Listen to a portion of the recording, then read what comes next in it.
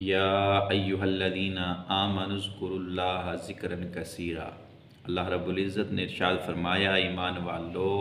میرا ذکر کرو کثرت کے ساتھ، اور ایک مقام پہ فرمایا فاذکرونی اذکرکم، تم میرا ذکر کرو میں تمہارا ذکر کروں گا، تم میرا ذکر کرو میں تمہارا چرچا کروں گا۔ سیدنا ابو ہریرہ رضی اللہ تعالی عنہ آپ فرماتے ہیں، نبی رحمت صلی اللہ علیہ وسلم نے فرمایا کہ ایسی کوئی جماعت نہیں جو اللہ کا ذکر کرے، یعنی کہ اللہ کے ذکر کے لیے بیٹھے، مگر انہیں فرشتے گھیر لیتے ہیں، رحمت ڈھانپ لیتی ہے، ان پر سکینہ اترتا ہے، اور اپنے پاس والے فرشتوں میں اللہ رب العزت ان کا ذکر کرتا ہے۔ یعنی جو بندہ بھی، جو جماعت بھی، جو گروہ بھی، جس مجلس میں بھی اللہ رب العزت کا ذکر کیا جاتا ہے، فرشتے اس کو اللہ کی رحمت سے ڈھانپ لیتے ہیں، اللہ کی رحمت ان پر سایہ کر دیتی ہے، اللہ کی رحمت ان پر نازل ہوتی ہے، اللہ کی طرف سے دلی سکون، دلی اطمینان ان کی طرف نازل ہوتا ہے، اور اللہ رب العزت اپنے پاس جو فرشتے موجود ہوتے ہیں ان میں اللہ رب العزت ان بندوں کا ذکر کرتا ہے۔ پھر ایک اور حدیث مبارکہ میں آقا کریم صلی اللہ علیہ وسلم نے ارشاد فرمایا کہ رسول اللہ صلی اللہ علیہ وسلم نے فرمایا کہ اس کی مثال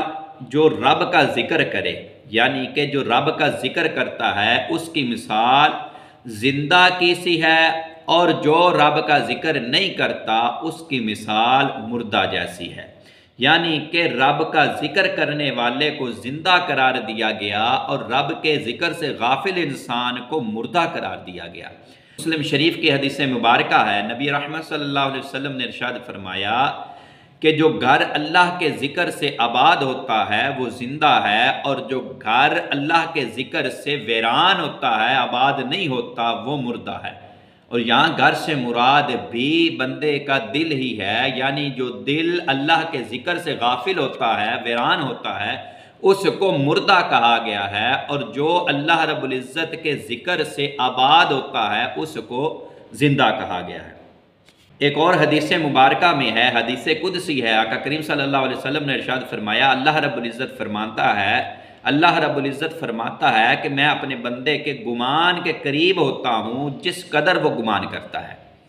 اور اگر وہ بندہ مجھے یاد کرتا ہے تنہائی میں تو میں اس کو تنہائی میں یاد کرتا ہوں،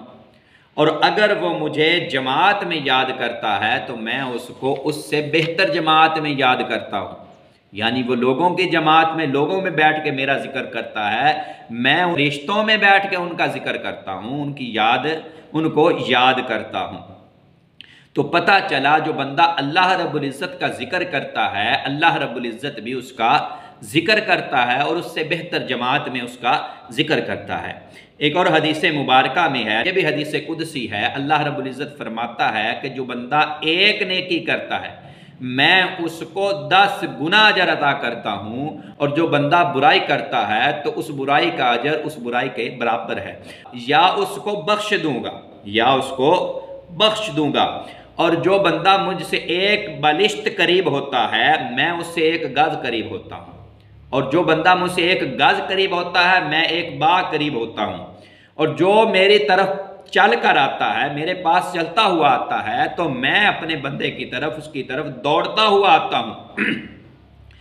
جو کسی کو میرا شریک نہ ٹھہرائے، بھر دے زمین کو گناہوں سے تو پھر میرے پاس آئے تو میں اتنی ہی بخشش کے ساتھ اس سے ملوں گا، یعنی کہ اس کے سارے گناہ معاف فرما دوں گا،